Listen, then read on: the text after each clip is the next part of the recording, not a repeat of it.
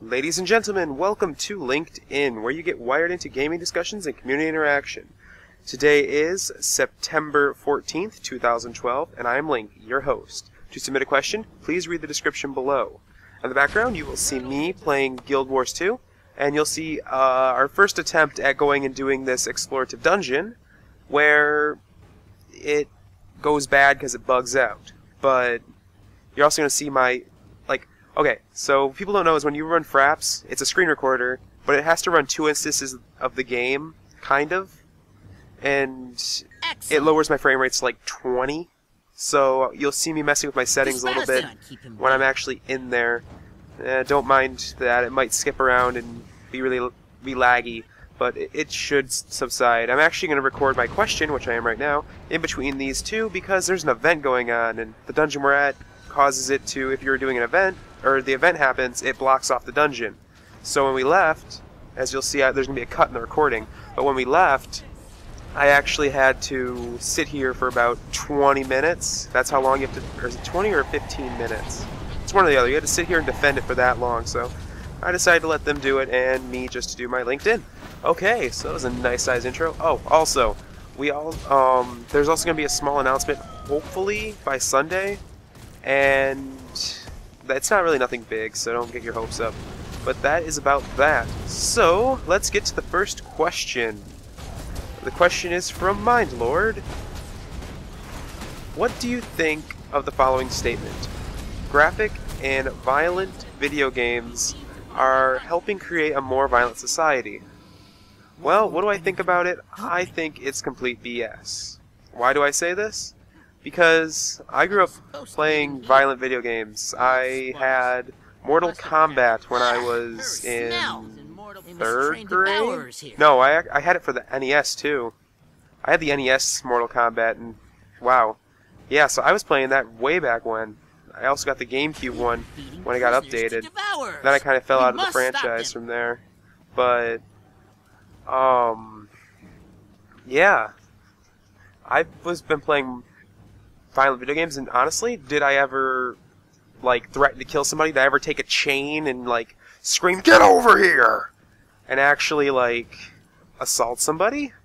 Or try and kill them? I don't see where they're seeing this from. Now, there are people with mental conditions who can't separate fact from fantasy, and they do have problems with games because they'll think that it's okay to shoot somebody. If they play Saints Row 3, there's barely any, it's real life, it looks real life, but it's very cartoony. Well, they can't separate that, and it causes them to actually see it as real life, and this will have adverse effects on them, but these are rare and far between, and it actually becomes to the parents that should actually be watching their kids and what their kids are playing. Now, if they don't do that, it's the parents' fault, and I honestly think there's a very small minority that actually do have this problem.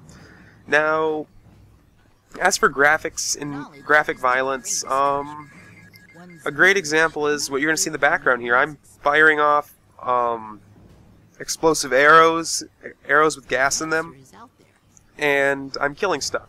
There's not much blood in this game, but I'm essentially still killing stuff with weapons, and it's fantasy. So if anyone we as humans have a ability to separate fact from fiction. And pretty much what I mean by that is no matter, you can look at something, see it, and know it's real or fake. Because you know that no matter what happens, that's not possible. So, if you watch Transformers, you know Optimus Prime's not real because a talking robot that transforms into a semi, pretty sure that can't happen. I'm not a rocket scientist, so I'm pretty sure that can't happen. And if you play something like Mass Effect, yeah, aliens and blasters and lasers, those things all exist. Enough of me being cynical, that's someone else's job. But as for us, we can see in between fact and fantasy and differentiate that. Some people can't, and those people can get help, or their parents can actually monitor what they're getting, and that's about it. Now, essentially, well, when you get down to it, parents need to monitor their games. Now, I'd always get Mortal Kombat and stuff, and I knew my parents wouldn't like it, so I'd never play it when they were around. I mean, sure, I went to the store with my dad to get it, but I still actually got the game and played it. And for those of you who don't know what NES is, it's the Nintendo Entertainment System. It had the original Mario on it. I don't know the demographic of my fans, so yeah, YouTube's just really weird with that. But yeah, I literally go there and then, well, the thing is, like, my dad was okay with me playing violent video games, but then my mom, on the other hand, was just like, no, these are bad, blah, blah, blah, and she'd literally just take my disc away or take the cartridge and hide it in the most obvious place, and I'd just be like, yoink, and then start playing it again, and she really wouldn't care. Well, she would. She'd keep doing it and keep hiding it in the same place because I don't look there. Anyway, I never really seen it have a negative impact. I actually see it have a positive impact because high school is a great example. So high school, you pretty much go there and you learn, and there's a lot of crap that goes on in high schools now. There's bullying and all this other stuff, racial remarks, and just all this, and like, that's all assaulting some kids, and some kids need a vent. Well, I had a friend who actually, literally, he would play Call of Duty and just scream at the TV whenever he got killed, just like out of anger, and he's actually a really chill person. But the thing is, he'd use Call of Duty and other aggravating games to just get out frustration. Like, if he just got like a AC-130, I want to say. It's a big gunship. If he got one of those, he'd start screaming like, yeah, yeah! And just very competitive. And honestly, most people have that competitive nature. I mean, it's just something we have, especially kids around, well, kids around my age, 19. I mean, literally, that's most of what League's community is. It's ages 13 through 20-somethings, and they're all really competitive, which is why it's such a hostile environment. Now, is this good that they can vent it on the internet? Yes. Is there good ways of doing it on the internet? Very much so. Is there bad ways? Very much so. Now, bad ways of venting on the internet is like what you see in League. Some people get really angry because their teammates aren't doing good, and they'll start yelling at them through chat or through text. Or in games that have VoIP in it, which is voice over IP, voice chat, like Team Fortress, sure, you can mute it, but someone could start verbally just yelling at you and like, you're bad, blah, blah, blah, and just thrashing you that way. And that's a bad way to vent. Now, I don't see video games taking a negative turn on people, except for the fact it's lowering the amount of people that exercise, but a surprising study is about 70% of gamers do actually exercise, which is quite hilarious. I would have figured it was a lower statistic, but that's a thing. I am one of the few gamers that actually do exercise because I have spare time and I can't sit at a computer for 10 hours straight. Ugh, I can barely sit at one for 5 hours. But that's the thing. As for right now, I've seen a turn in video games where they're more desensitizing, for lack of better words. I mean, just actually today, great example. So I was watching some DJ Hero videos, not really watching, but listening to, because I was trying to make a playlist on my account for you guys to listen to, with pretty much songs that I listen to when I play, like League and that. Oh, well, I can't play League anymore. I'll explain that later. But, when I play League and stuff, I have a playlist, so I decided to make a custom playlist for everyone. And when I was looking up songs, I seen in the side it said Saw 2, Flesh and Blood, and it was a Saw video game. I watched the first 5 episodes, and, well, it was violent. I literally, through all 4 episodes, had a feeling in the pit of my stomach. I just was grossed out, I was disturbed, and it was just horrible.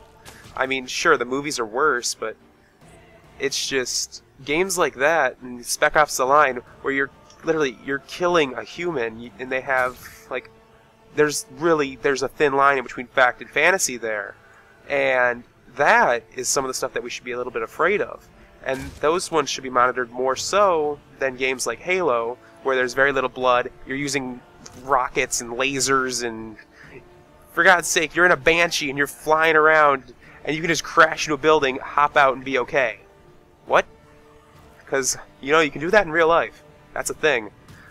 But I'm just saying, those games shouldn't be monitored as much. Call of Duty, yeah, because they give AC-130s, they give chopper gunners. I don't know. I only played Modern Warfare 2. They give I think attack dogs is one of the other things in the later game. They give attack dogs. Yeah, they give those to lowly soldiers in like these tiny little areas, and you know you respawn every 5 seconds because those are all things. So back to wrap up the question. Is there a negative toward this? No. Should this be monitored closely? Yes. Is it actually good that there's a lot of violence in games? Yes. Because some people just need that graphic violence, need to see the tearing out of eyeballs, or what's that game? It's black, white, and red. It's for the Wii. Manhunt, maybe? I don't know, there's a game that literally you could just like chop a guy's head off with wire. Some people just need that violence just to vent, and I see no issues with it. And honestly, if we keep this a good amount of games where we have the good saturation of the market, where we have fun games, we have challenging games, we have violent games, and even these arcadey shoot-em-ups, we need these, and these are going to help people. Now, like I said, it could be bad, could be good, and it's kind of, there's a middle ground here. People can argue that people aren't able to handle it, and that might be true, but it's also the parents. And if it's a kid or an adult who's over 18 and can do it himself, well, he is the one responsible for that, and if he can't handle that, well, it's his fault. I don't see a problem with violence in video games. I think it's a great thing. I don't think it should be in every game, because sometimes you just need to sit back, relax, and play some unmechanical. Totally not trying to get you to go back to my unmechanical video, which should be in the sidebar, or the side videos, but just sometimes you just need to sit back and relax and play games. Now, I think that's about it, so let me just wrap this up.